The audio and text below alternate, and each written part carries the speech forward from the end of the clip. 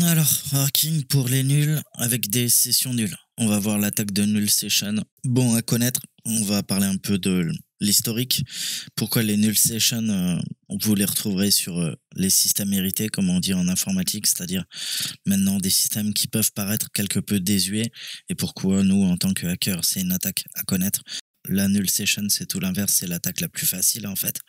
Il y a pas besoin d'utilisateur, pas besoin de mot de passe, c'est Anonymous, c'est totalement anonyme et on va abuser des partages, des failles inhérentes des premiers systèmes hérités aussi en termes de crypto. Donc comprendre comment fonctionnent les partages au sein de Windows, pourquoi on utilise les attaques de session nulle, parce que ça va nous permettre de faire notre reconnaissance, gain d'accès, on peut l'effectuer à distance. D'accord. Donc Toto le hacker, il peut utiliser son ordinateur pour attaquer une vieille machine à distance. D'accord. On va faire des appels via des API. On va faire du RPC, du Remote Procedure Calls, donc des appels de procédure à distance. Et les null sessions, justement, ça a une belle époque, et maintenant, ça date, mais il y a 20 ans, ça avait un gros impact sur Windows, et c'était une attaque assez violente, on va dire. Donc, naturellement, on a patché. Windows, maintenant, il est protégé contre ce type d'attaque, mais sur les anciens systèmes, vous allez voir que ça peut être dévastateur, même sur un Windows Server. Alors, on va essayer de développer, vulgariser le principe d'authentification. Il y a tout simplement une vulnérabilité au sein des partages administratifs de Windows et ça va permettre à un attaquant de se connecter en local ou à distance à des partages sans authentification. Donc, on va voir un petit peu comment ça fonctionne, l'énumération et puis l'exploitation, différentes techniques, différents outils. Donc la première étape de cette attaque, c'est énumérer tout simplement les partages réseau pour essayer de comprendre comment ensuite elles vont nous permettre, grâce aux attaques de null session, d'attaquer la machine Windows qui est vulnérable. Alors, on peut se servir d'outils sous Windows, on peut se servir d'outils sous Linux, il n'y a pas de problème. Alors, sous Windows, généralement, on utilisera NBTstat. Ça nous permet d'énumérer tout simplement les partages réseau et c'est en ligne de commande. Puis ça va vous donner les informations sur la cible. Donc pareil, si vous savez pas, vous lui mettez un slash point d'interrogation et vous avez tout sous les yeux. Prenez le temps, apprenez à utiliser l'outil. Donc le plus utilisé, c'est le grand A pour récupérer de l'information tout simplement sur la cible. Alors, grosso modo, il se passe quoi quand on fait cette commande? Dites-vous que là, via le NetBIOS, c'est comme une table. C'est une table qui nous dit, écoute, regarde le nom de la machine, là, la 10 130 40 80, elle s'appelle ELS-WinXP. Tu vois qu'elle est en 00. Ça veut dire que c'est une station de travail, c'est une workstation. D'accord? Un poste de travail, si tu veux. Ensuite, on a un type, c'est unique, qui nous dit, grosso modo, si l'ordinateur a une seule adresse IP qui lui est assignée, le groupe de travail, d'accord, ou le domaine. Et là, le plus intéressant, c'est le 20 pour nous. C'est ça qu'on recherche dans cette table. Pourquoi? Au niveau de cet enregistrement, en fait, ça nous dit que le partage réseau est en train de tourner et qu'il est effectif sur la machine. Ok, donc une fois qu'un attaquant il sait ça, grosso, il y a le file server. C'est un service qui tourne et qui va nous permettre d'énumérer les partages réseau. On peut utiliser la commande netview pour ce faire. Donc netview et vous lui mettez votre IP. On le voit là, un exemple. D'accord, c'est sur la précédente cible. Et voilà comment ça se présente. D'accord, donc on voit deux disques avec deux partage réseau et il nous dit que la commande s'est bien déroulée. D'accord, donc on a le share name, le nom du partage, le type et on peut, vous voyez, mettre un commentaire. Là, il n'y a rien pour. Donc nous, on va se focaliser sur la première ligne et ça nous dit grosso modo, si je vulgarise, écoute, pas de problème, tu as une arborescence de partage et elle s'appelle petit e ls en majuscule. Le second, encore une fois, si vous avez suivi, rien de bien compliqué. Deuxième arborescence de partage, WIA en majuscule, underscore RIS, underscore share. Voilà, pas compliqué, juste une façon de présenter. Pour le OSCP, généralement, on utilisera ces outils-là, d'accord? Donc, ils sont préinstallés, mais vous pouvez, sans problème, aller faire un tour sur wsamba.org et aller récupérer les outils si nécessaire. On va utiliser NMB Lookup, voilà les résultats. Pareil, on retrouve notre 20, c'est ce qu'on recherche pour ELS WinXP. Donc on va utiliser SMB Client, hein, celui-là il faut vraiment le maîtriser sur le bout des doigts, ça va vous servir au boulot, ça va vous servir plus tard si vous faites de la cybersécurité, tout simplement, voilà, c'est comme un client FTP. Si on doit le résumer, ce n'est pas un FTP, tu as bien compris, ça utilise du NetBIOS, ça utilise, comment dire, du SMB. On voit aussi des informations, un peu ce qu'on retrouvait dans les autres outils, hein, c'est une autre synthèse. Donc, mais c'est exactement le même rapport. D'accord, ça vous permet de voir les services qui vont être disponibles sur la cible. Et puis, pensez, hein, encore une fois, on utilise l'UNC, donc on va lui mettre / l'adresse IP et ça va pointer vers une ressource unique du réseau. Et c'est comme ça qu'on arrive à avoir nos partage réseau et le grand N pour forcer l'outil, hein, de pas demander à chaque fois le mot de passe. Donc c'est tout l'avantage, on va pouvoir faire de la reconnaissance. Vous avez compris qu'il y a des failles et anonyme, on va se connecter, on n'a rien. On n'a ni le nom d'utilisateur, ni le mot de passe. On donne un programme, juste on lui demande de lister sans l'utilisateur et le mot de passe, d'accord? Donc on retrouve la même chose que NetView sous Windows, SMB Client. Voilà, il n'est pas mieux ou moins bien, c'est juste que sous Linux, c'est lui qu'on va utiliser. Mais il a quand même un avantage, c'est que il nous affiche quoi? Les partages administratifs. Et ça, en principe, ils sont cachés, d'accord?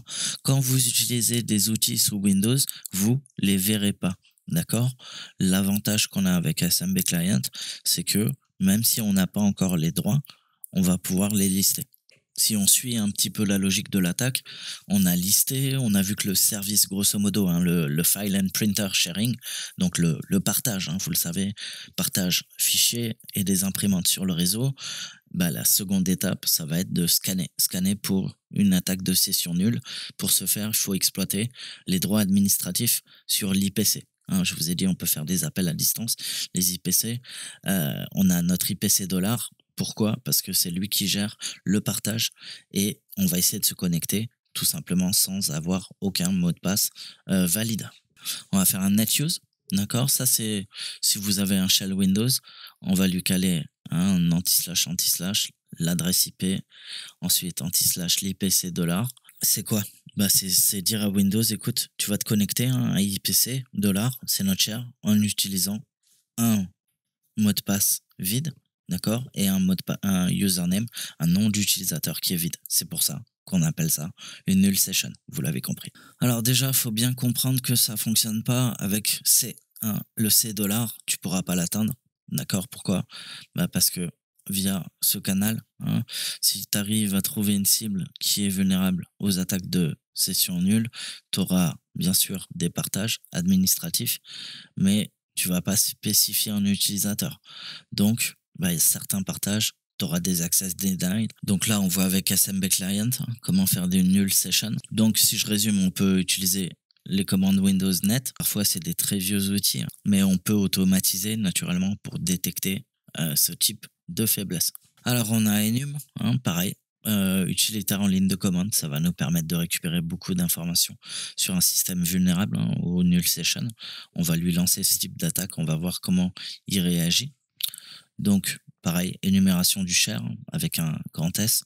On voit qu'il a 5 comptes intéressants avec un grand U. On énumère les utilisateurs. Donc, pareil, premier truc qu'on va faire, hein, c'est regarder et exfiltrer toutes les informations, les enregistrer pour prendre des notes, hein, pour connaître la politique de séquence des mots de passe, pareil de verrouillage des mots de passe, et c'est comme ça qu'on va crafter ensuite nos attaques hein, de brute force sur le réseau. Si je sais que les comptes bah quoi, se verrouillent hein, une demi-heure au bout d'une demi-heure de la première attaque. Donc voilà, empêcher le verrouillage des comptes, je vais essayer de pas les bloquer moi-même, ça serait bête, hein, ça serait pas très professionnel. Et puis, pareil, on peut avoir des faux positifs. On va essayer d'empêcher ça. Et il faut choisir un bon dictionnaire. Et pareil, une configuration au niveau de l'outil de brute force. Donc, il faut connaître le minimum et le maximum au niveau de la longueur hein, de la clé, de toute façon, du mot de passe. Et ça va nous faire gagner du temps quand on doit s'attaquer à un mot de passe en brute force. WinInfo, hein, ça peut être sympa aussi pour les null sessions. Vous pouvez lui caler un petit un petit N, d'accord? C'est juste lui dire: «Vas-y, passe en mode null session» et tu peux le télécharger à partir du site de Packetstorm, ça marche aussi. Je vous ai dit Enum WinInfo, on a également Enum for Linux, hein, ça fait la même chose. Je vous en ai parlé à l'instant. C'est du Perl, hein, c'est un script, vous l'avez compris, mais il va nous fournir beaucoup plus d'informations que les deux autres outils, généralement, donc c'est celui qui est préféré, d'accord? Énumération d'utilisateurs, partage, les groupes, hein, et les membres. Pareil, encore une fois, hein, le password policy extraction, c'est ce qu'on recherche pour connaître la complexité, hein, de la politique des mots de passe. Euh, Pareil, on va fingerprinter, hein, l'OS, donc on veut de l'information detection. On peut lancer un NMB lookup pour analyser la surface d'attaque. Et pareil, on peut extraire aussi des informations de toutes les imprimantes. Donc ce qu'il faut comprendre, c'est que les null session, hein, ce type d'attaque, ça fait partie de l'histoire du hacking.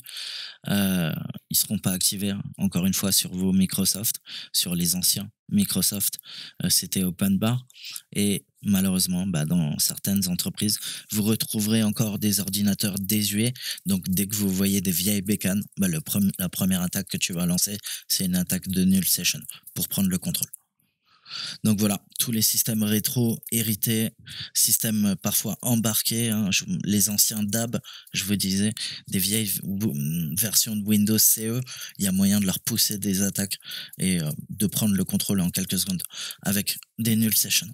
Donc pareil, pour les gens qui ont jamais entendu parler de ça, on va parler un peu des partages Windows en administration et puis pour le bon fonctionnement de partager des informations, tu l'as compris.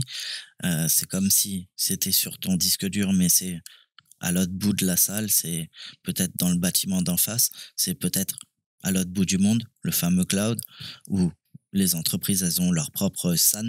Hein, donc, tu vois, chez toi à la maison, tu as un petit NAS, tu as du stockage réseau. Les grosses entreprises dans les data centers, elles ont le grand frère, c'est l'inverse, NAS, SAN. SAN, et là, c'est des grappes de disques durs et ça permet de faire fonctionner les entreprises, hein. Le système informatique, ça peut être parfois très complexe. Mais pour nous, en tant qu'attaquants, pentester, c'est comprendre comment énumérer les ressources réseau, attaquer les sessions Windows et puis, encore une fois, maintenir et obtenir un accès non autorisé. Pourquoi? Bah parce qu'on veut extraire des ressources, ces ressources Windows. Il faut bien comprendre le fonctionnement du partage réseau. Alors, très utilisé Microsoft, hein, j'ai pas besoin de vous le vendre. Vous savez qu'on a plein de serveurs, on a des partages de fichiers, d'imprimantes, et c'est justement parfois ce type de protocole qu'on va venir attaquer. Il faut comprendre sa surface d'attaque et comprendre comment on peut exploiter certaines des composantes qui sont liées à Windows, notamment le file sharing, comme on l'appelle en anglais. D'accord? Donc vous devez comprendre comment le partage réseau fonctionne pour pouvoir ensuite attaquer ce type de réseau. D'accord? Puisque on va vous le demander pour l'OSCP, par exemple. D'accord? Donc, NetBIOS, très vieux protocole utilisé sur justement les legacy, hein, les systèmes hérités, c'est-à-dire les anciens Windows, sur un réseau, un network. Donc, on avait de l'Active Directory, mais c'était pas aussi évolué, hein, qu'on a aujourd'hui. Et NetBIOS, c'est extrêmement vieux et surtout, malheureusement, vous l'avez compris, il y a des failles. On pouvait s'en servir pour pirater votre ordinateur à distance, hein, il y a 20 ans, on va dire, même un peu moins. Donc voilà, c'est assez violent, ça permet de faire beaucoup de choses. Super, tu as plein de partages réseau, mais celui qui contrôle les failles du partage réseau y accède et ça fait très très mal. Donc, NetBIOS, Network Basic Input Output System. Hein, comme son nom l'indique, vous connaissez le Basic Input Output System.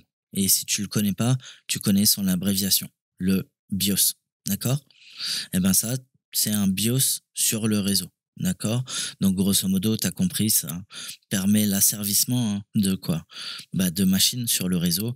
On va faire un modèle serveur-client et ça va nous permettre tout simplement de partager et de voir les autres périphériques qui sont reliés à un réseau local, hein, à un LAN, un Local Area Network. Alors, NetBIOS, qu'est-ce qu'il nous permet de faire? Bah, ça nous permet de récupérer des informations pour nous. On va avoir le nom de la machine, le hostname, le nom NetBIOS, le domaine et les partages associés au réseau. Alors, un petit diagramme pour comprendre la structure NetBIOS. Hein. Donc, encore une fois, c'est une couche, la couche NetBIOS, si tu veux, elle est entre la couche applicative et la couche qui gère l'IP, si tu veux. Donc, on voit, hein, si je pars de tout en haut, on a notre application qui va interagir avec une interface de programmation, l'API, et ensuite, on a toute la partie réseau, hein, NetBIOS, via du TCP/IP, on a notre session, datagram, name. Chacun utilise un port dédié. Hein, la session toujours sur le 139 et les autres, par contre, ça sera sur l'EDP 138, 137 pour les datagrammes et les noms. D'accord? Et tout ça encapsulé après dans une trame, quoi, en IPv4. Alors, au niveau du réseau, on a un modèle de communication qui s'appelle Other One Too Many. Hein, c'est un datagramme et les datagrammes, ils sont utilisés pour ce type de communication. Donc de 1 à plusieurs. C'est-à-dire un lien qui va distribuer à plusieurs acteurs. Mais c'est normal. Hein, grâce au name resolution, on va pouvoir reconnaître les machines et les datagrammes, ça va nous permettre tout simplement d'envoyer, par exemple, une machine va pouvoir envoyer des petits messages aux autres machines. C'est comme ça qu'elles communiquent. Donc, on peut avoir aussi des activités qui demandent beaucoup de bandes passantes. Hein. Donc, dans ce cas-là, imagine copie d'un gros fichier. Là, on va utiliser le TCP hein, et c'est là qu'intervient la session sur le port 139. Donc, si tu as suivi, pas très compliqué, mais quoi, on peut dire qu'on a différentes composantes qui utilisent différents ports et qui utilisent différents protocoles de transport, si tu as suivi jusque-là. Donc, si on résume, c'est pas trop compliqué, une machine Windows sur un réseau. Si elle utilise NetBIOS, il y a quoi? Il y a des datagrammes hein, qui vont me permettre d'énumérer les partages réseau et les machines. J'ai des noms pour m'y retrouver. Hein, et je vais travailler avec ce qu'on appelle des groupes de travail, hein, des workgroups. Et mes sessions, elles vont me permettre de transmettre de la data à partir ou vers un partage réseau, tout simplement. D'accord, sur le réseau. C'est soit ça partage un fichier, soit toute une arborescence, tu l'as compris, sur un réseau. D'accord? C'est local et c'est à la fois à distance. C'est-à-dire que peu importe deux utilisateurs, ta Micheline, elle est quoi? Elle est connectée directement avec un clavier, un écran, sa souris sur quoi? La machine qui héberge le partage réseau, pour elle, c'est local, c'est transparent. D'accord? Mais il y aura sa copine Brigitte, eh ben, pareil, elle va se dire c'est du local. Sauf que non, elle se connecte à distance hein, à ce partage local et totalement transparent également pour elle. Elle a l'impression d'être sur l'ordinateur. Mais en fait, le disque dur n'y est pas. Il est sur le cloud, comme on dirait aujourd'hui. D'accord? Parce qu'un cloud, c'est ni plus ni moins que quoi? Justement, des partages réseau. D'accord? Vous stockez sur l'ordinateur de quelqu'un d'autre toutes vos données. Donc, partage de fichiers, hein, très utile dans une entreprise, puisque on fait que ça. Hein. Ouvrir, éditer des documents en fonction hein, des différentes filiales, la maison mère, les filiales à l'étranger, bref, qui contrôle l'information et fait bien circuler l'information a un avantage concurrentiel dans le business. Donc, de par nature, dans une entreprise, l'information va circuler. Pour un attaquant, il faut trouver des failles pour intercepter les informations pertinentes et pouvoir ensuite les exfiltrer. Donc très utile hein, dans un environnement réseau, ça va nous permettre de partager des ressources naturellement et puis empêcher aussi le principe de redondance, hein, de doublons de fichiers. On va pouvoir stocker à un endroit qui sera disponible à l'ensemble de l'entreprise, des salariés, pour permettre encore une fois une productivité accrue pour l'entreprise. Alors, les partages, hein, c'est très utile, ça fonctionne super bien, mais ça peut être super dangereux si c'est mal configuré. C'est d'autant plus facile que, grosso modo, monter un partage réseau, hein, c'est pas compliqué. D'accord? Tu as juste à lancer le service. Il va te demander est-ce que tu veux partager une imprimante ou on l'a tous fait. Hein. Ça, avec d'autres machines présentes sur ton réseau local. Le fameux tu es où? Tu es à l'aéroport. C'est public, c'est privé. Tu es dans une entreprise. Et on a tous vu ça. Hein. Alors, à partir de Windows Vista, hein, on pouvait même faire un répertoire public qui était accessible à tous les PC ou juste un fichier. D'accord? Donc, encore une fois, local, à distance, euh, avec qui on veut partager ce fichier. Le problème, c'est qu'il fallait le désactiver parce qu'encore une fois, on pouvait le pirater. Mais c'est un autre problème. Donc, quand tu utilises cette fameuse arborescence publique, tu peux choisir en fait les utilisateurs locaux à quoi ils accèdent sur le partage, ce qui est logique. Les fichiers, d'accord? Mais tu peux aussi autoriser personne ou autoriser tout le monde sur le réseau. C'est toi qui vois. Donc c'est de l'abus de ce qu'on appelle les UNC. Donc c'est encore une fois les chemins de convention au niveau du nommage. Les UNC, on va tout le temps utiliser cette syntaxe. C'est nomenclature, server name, share name, file.net. D'accord? Donc c'est ce qu'on appelle l'Universal Naming Convention Pass. Et il y a des partages administratifs. C'est ce qu'on va rechercher, tu l'as bien compris. Pourquoi? Parce qu'ils sont spéciaux, d'accord? Utilisés par les administrateurs système et par Windows. On a le C$, d'accord? Avec notre computer name, ça, grosso modo, c'est accédé par l'administrateur, d'accord? C'est le volume sur la machine locale et chaque volume, il a un partage, d'accord? Ton disque D, il a un D$, ton disque E, il a un E$, etc. Ensuite, on a le admin$ qui va pointer vers l'installation. C'est l'arborescence qui s'occupe de ça, de Windows, pour son installation. Et ensuite, les fameux IPC, Inter-Process Communication, IPC, ça nous permet de nous balader via Windows Explorer. D'accord?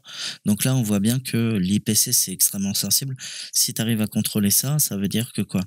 Tu peux interagir sur la machine, même via l'interface graphique, lancer des processus, les arrêter, etc., etc. D'accord? Puisque tu abuses de la communication inter-processus.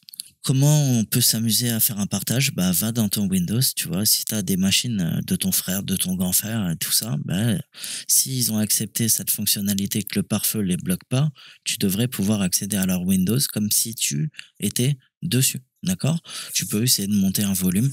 Là, tu tapes vers l'admin $, et tu regardes si ça marche pas. Là, on peut lui mettre des $, c'est-à-dire accéder au D, d'accord? Tu l'as compris, etc., etc. En passant par le localhost. Donc, critique, pas bien compliqué, mais bonne à connaître. Pourquoi? Voilà. Si les partages réseau sont mal configurés, on récupère des informations, on a accès à des fichiers, d'accord? L'information, elle va fuiter et on peut, encore une fois, récupérer ces informations pour pivoter sur d'autres informations pour faire une cyberattaque. Donc, critique. Pourquoi? Parce que j'accède à un partage réseau, ça veut dire que j'ai maintenant tous les droits sur les ressources que l'ordinateur héberge. D'accord? C'est aussi simple que ça. Donc, voilà. Ça, avec les null sessions, il faut bien comprendre. C'est des attaques simples, mais à connaître parfaitement comment fonctionnent les shares, Windows, Samba, via du Linux et du Windows. Et ensuite, comment faire vos attaques null session, quels outils, et ça, je vous ai expliqué tout ça. Voilà, on se retrouve pour une prochaine vidéo. Ciao, ciao.